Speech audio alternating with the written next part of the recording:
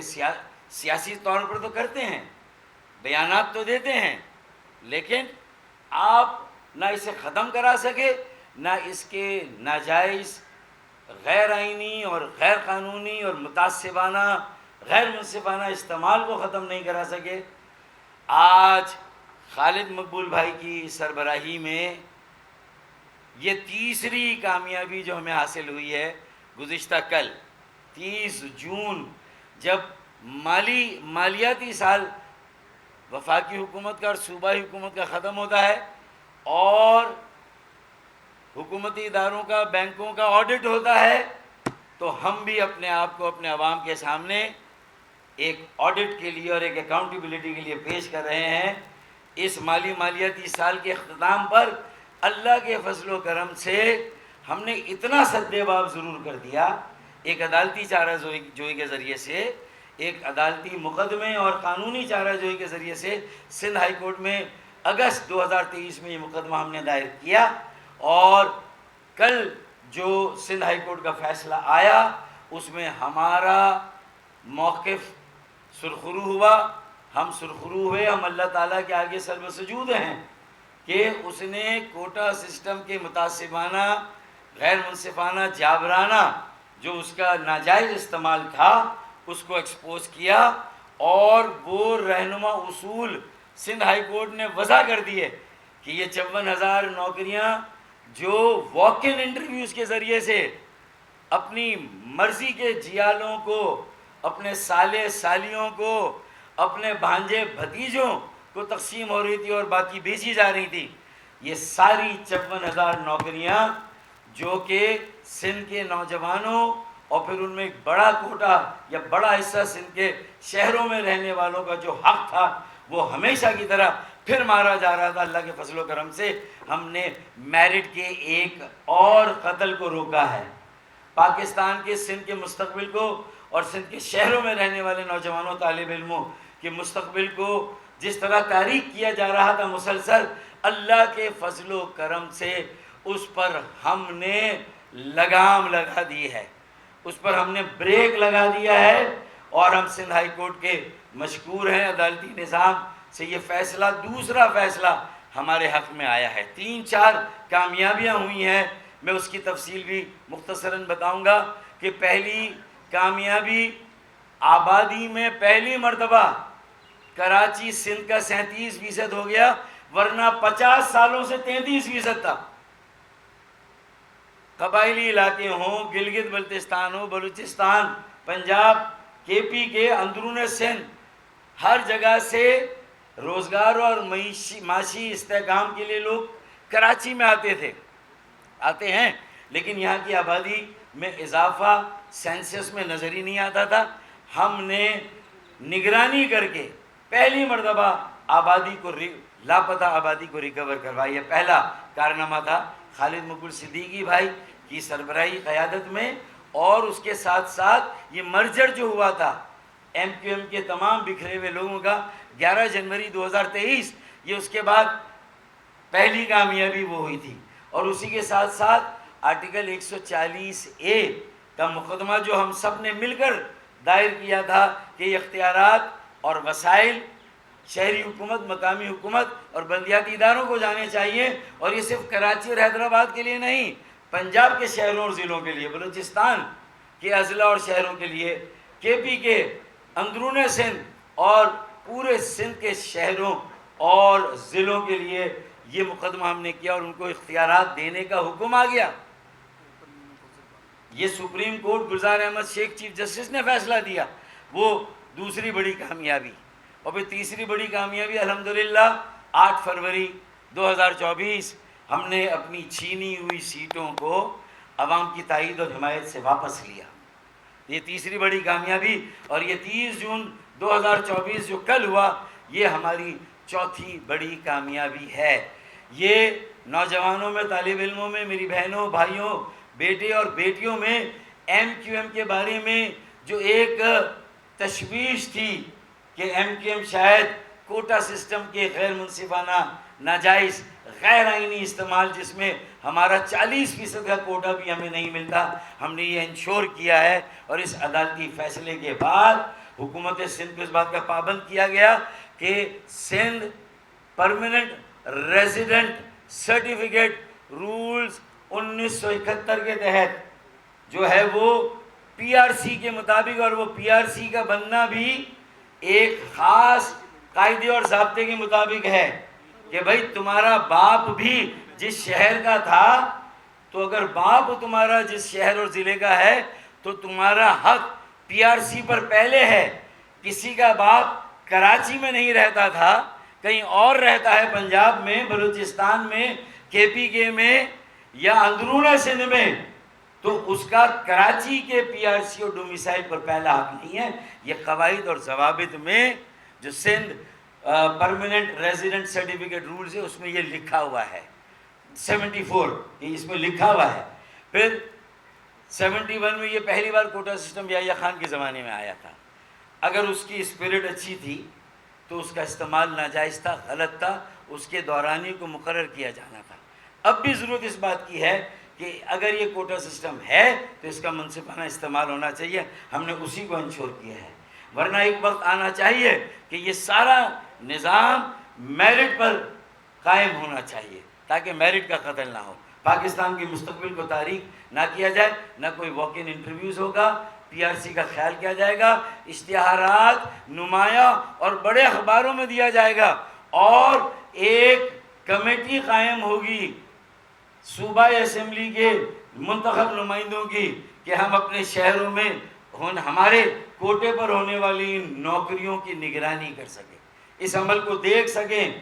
یہ ہماری نگرانی، ہم سرپرستی نہیں کہہ رہے، ہم اس میں کوئی پولیٹیکل پیٹرنیج یا کسی قسم کا میرٹ سے ہٹ کر کوئی فائدہ اٹھانے کی بات نہیں کر رہے، لیکن کم از کم ہمارے جو بھی کوٹا ہمارا ہے، جو ہمارا حق ہے، ہمارا حصہ ہے، اس پر ہمارے بچوں کو میرٹ پر انہیں داخلہ ملنا چاہیے۔ میڈیکل کالجز، سرکاری جو انجینئرنگ یونیورسٹیاں یا دیگر ادارے ہیں، پروفیشنل کالجز اور سرکاری محکموں میں بھی نوکریاں انہیں میرٹ پر ان کے حصے میں، ان کے کوٹے میں ملنی چاہیے۔ میں ایک شعر پڑھ کے ختم کر دوں بات کہ نہ گواؤ نہ وکی نیم کش، دل ریزہ ریزہ لٹا دیا، نہ گواؤ نہ وکی نیم کش، دل ریزہ ریزہ لٹا دیا، جو بچے ہیں سنگ سمیٹ لو، تن داغدار جلا دیا، سفید دشمنوں کو خبر کرو، میرے دوستوں کو نوید ہو، وہ جو رکھتے تھے قرض جان پر، وہ حسابات چکا دیا۔ مولوی صاحب حضرات، فاروق بھائی نے جس نگرانی کی بات کی ہے، میں آپ کے کیمروں کے ذریعے سندھ کے شہری علاقوں کے ایک ایک فرد سے کہتا ہوں، نگرانی کیجئے، ہم آپ کے ساتھ ہیں، ہم بھی نگرانی میں ہوں گے۔ اور جناب عالی، میں حکومت وقت سے، ریاست سے، عدالت سے یہ مطالبہ کرتا ہوں، جب کوئی کوٹا پنجاب میں نہیں ہے دیہی اور شہری کا، شمالی اور جنوبی کا، اس کے باوجود جنوبی سیکریٹریٹ پنجاب میں بنایا جا رہا ہے۔ جب یہ تخصیص اور تفریق اگر کے پی کے میں نہیں ہے، پھر بھی آج کے پی کے وزیر اعلیٰ نے جنوبی کے پی کے لیے ایک سیکریٹریٹ کے قیام کا اعلان کیا ہے۔ ہمارا تو ایک کوٹا ہے، اس کی نگہبانی کے لیے، اس کی چوکیداری کے لیے، اس کے پہرے کے لیے ہمیں بھی سندھ کے اندر جنوبی سندھ کا سیکریٹریٹ بنانے کی، بلکہ شہری سندھ کا سیکریٹریٹ بنانے کا حکم عدالتیں صادر کریں۔ اس کے ساتھ ساتھ ایک مہاجروں کی معاشی اور تعلیمی قتل عام کو جو آئین نے تحفظ دیا ہے، ہماری بربادی کا جو نسخہ آئین نے دیا ہوا ہے، آئین نے تحفظ دیا ہے، اس کو ختم کیا جائے۔ اور ایک اور بات میں سندھ کے شہری علاقوں کے دانشوروں سے، ٹیچروں سے، وکیلوں سے اور عام لوگوں سے بھی کرنا چاہتا ہوں۔ وہ پوچھتے ہیں کہ یہ تحریک کوٹا سسٹم کے خلاف بنائی گئی تھی، ایم کیو ایم کیا کر رہی ہے؟ تو جناب عالی، ہم یہ کہتے ہیں کہ آپ کل سے اس صوبے میں میرٹ کا اعلان کر دیں، لیکن اس وقت تک نہیں جب تک میرٹ کا فیصلہ کرنے والے میرٹ پہ نہ ہی ہوں گے یہ میرٹ صرف دھوکے کے سوا اور کچھ نہیں ہوگا. سندھ کے اندر میرٹ کاغذ پہ لکھے ہوئے نمبر ہے جو اپنی مرضی سے لکھے جاتے ہیں. تو آپ ایک بات ہے، دیکھیں یہ صرف مہاجروں کا مقدمہ نہیں ہے جن کی آبادی 50% سے بھی زیادہ ہے. ایک وقت میں کراچی اور سندھ کے شہروں میں مہاجروں کی آبادی 80% تک بھی تھی. انفلکس ہے، روزگار کے لیے لوگ آ رہے ہیں. ہماری طرف سے اس پر کوئی ذرا سا بھی کوئی ہماری طرف سے یہ نہیں ہے کہ ان کو نہیں آنا چاہیے. کراچی سب کا شہر ہے، مائی باپ ہے. اور پنجاب سے لوگ آتے ہیں، KPK سے آتے ہیں، بلوچستان سے آتے ہیں اور اندرون سندھ سے آتے ہیں. لیکن پھر اگر اسسٹنٹ کمشنر کراچی میں ہیں تو اگر 95% سندھی بولنے والے ہیں تو پھر نہ اردو بولنے والے، نہ پنجابی بولنے والے، نہ سرائکی، نہ ہزارے نہ کشمیری، نہ گلگیتی بلٹی، نہ سندھی، نہ میمن، نہ گجراتی. تو پھر یہ سوال تو کراچی کے سارے پاکستانی جو ہر علاقے سے کراچی میں بستے ہیں، جو ہر زبان بولنے والے پاکستانی ہیں، تو پھر ایک پاکستانی کو تو یہ سوال پوچھنے کا حق ہے. سندھ کی متعصب جو جابروں وڈیروں کی حکومت ہے کہ پھر آپ اس صوبے کو اگر یک رنگ بنانا چاہتے ہیں، ایک زبان کا صوبہ بنانا چاہتے ہیں، تو پھر یہ جو کراچی، حیدرآباد، سکھر میں بسنے والے دیگر زبانیں بولنے والے وہ کہاں پر جائیں گے؟ وہ اپنا حق کہاں سے مانگیں گے؟ یہ سوال ہے. اور یہی سوال ہم نے اٹھایا ہے کہ اگر ہمارے حق پر بھی وہ ڈاکہ ماریں گے تو اس کی اجازت اب ہم نہیں دیں گے اور انشاءاللہ قانون انصاف اور عدالتیں بھی نہیں دیں گے. مولوی صاحب حضرات، آج موقع ہے کہ میں قوم کے ایک بیٹے سینیٹر ڈاکٹر فروغ نسیم کو بھی خراج تحسین شکریہ ادا نہیں کریں گے. ہمارا حصہ ہے، ہمارا پارٹ ہے اس پارٹی کا، اس کے سینیٹر رہے ہیں، وزیر رہے ہیں. ہم ان کو سلام پیش کرتے ہیں جس طرح انہوں نے قانون کی جنگ لڑ کر اپنی قوم کو حق دلایا ہے. اور سندھ کے شہری علاقوں میں پورا پاکستان بستا ہے اور اردو بولنے والے مہاجر بھی بستے ہیں، گجراتی، میمنی، یہ سب لاوارث ہیں، باقیوں کو تو پھر بھی کوئی نہ کوئی وارث ہے. اس لیے بار بار ہمیں بات کرنی پڑتی ہے. اور میں اس کے ساتھ ساتھ یہ فاروق بھائی نے کہا کہ ینگ رنگی، تو ہم تو مطالبہ نہیں کرتے کہ صوبہ سندھ کا نام سندھی صوبہ رکھو. دل تو کرتا تھا کہا جائے تھوڑے دن پہلے تک کہ سندھ ہائی کورٹ کا نام بھی سندھی ہائی کورٹ رکھ دو. اس فیصلے کے بعد ہم اپنے اس مطالبے سے بھی دستبردار ہو رہے ہیں اور ہم چاہتے ہیں کل ہمیں یہ موقع ملے گا آپ سے بولیں کہ اب سندھ سیکریٹریٹ کو سندھ سیکریٹریٹ ہی کہنے دیجئے، سندھی سیکریٹریٹ نہیں کہنے دیجئے. آپ سب کی آمد کا شکریہ.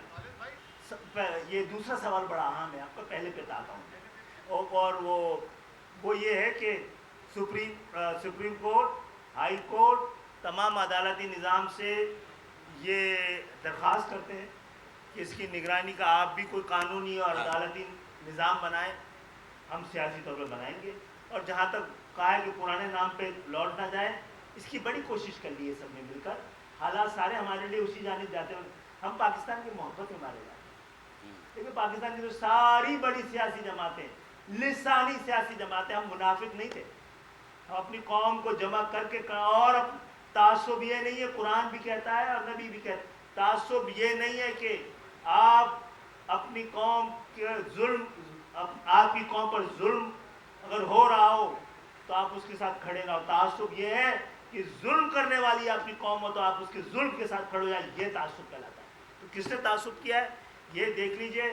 اور الحمدللہ متحد ہے اور تمام لوگوں کے لیے ہے. جو بار بار ریپیٹ اس لیے کر رہا تھا کہ جناب یہ زبان اور یہ انتظامی طور پہ تقسیم نہیں تھی، یہ زبان کی بنیاد پر تقسیم تھی، یہ لسانی تقسیم تھی سندھ کے اندر کوٹے کی، یہ انتظامی نہیں تھی. اس لیے کہا گیا ہے آزاد کرا دیا ان کو بھی اور باقی تمام لوگوں کو بھی جو سندھ میں رہتے ہیں، سندھ کے شہری علاقوں میں رہتے ہیں. وہ ہماری ذمہ داری ہے. جناب پاکستان اور اس کی ریاست اب مزید یہ صورتحال جو 50 سال سے ہے اس کو قائم رکھنے کی متحمل نہیں ہو سکتی ہے. میں تو کہہ رہا ہوں 19-20 سے 23 آ رہا ہے، آپ کو بدلنا پڑے گا ورنہ کوئی اور آ کے آپ کو بدل دے گا. پاکستان کے آئین کے ہوتے ہوئے، پاکستان کے قانون کے ہوتے ہوئے، پاکستان کی اسمبلی کے ہوتے ہوئے، پاکستان کی جمہوریت کے ہوتے ہوئے کام ہو جائے تو بہت بہتر ہے. ان سے بھی یہ درخواست کی جناب کہ یہ مزید آپ کے حق میں 50 سال تک جو کچھ ہوتا رہا ہے مزید نہیں ہوگا. تو ہم نے تو سندھ کی کو تقسیم سے بچانے کے لیے اپنے حصے سے زیادہ والی قربانی دے دی ہے. اب کسی اور کی بات نہیں. یہ بات کریں. گڈ.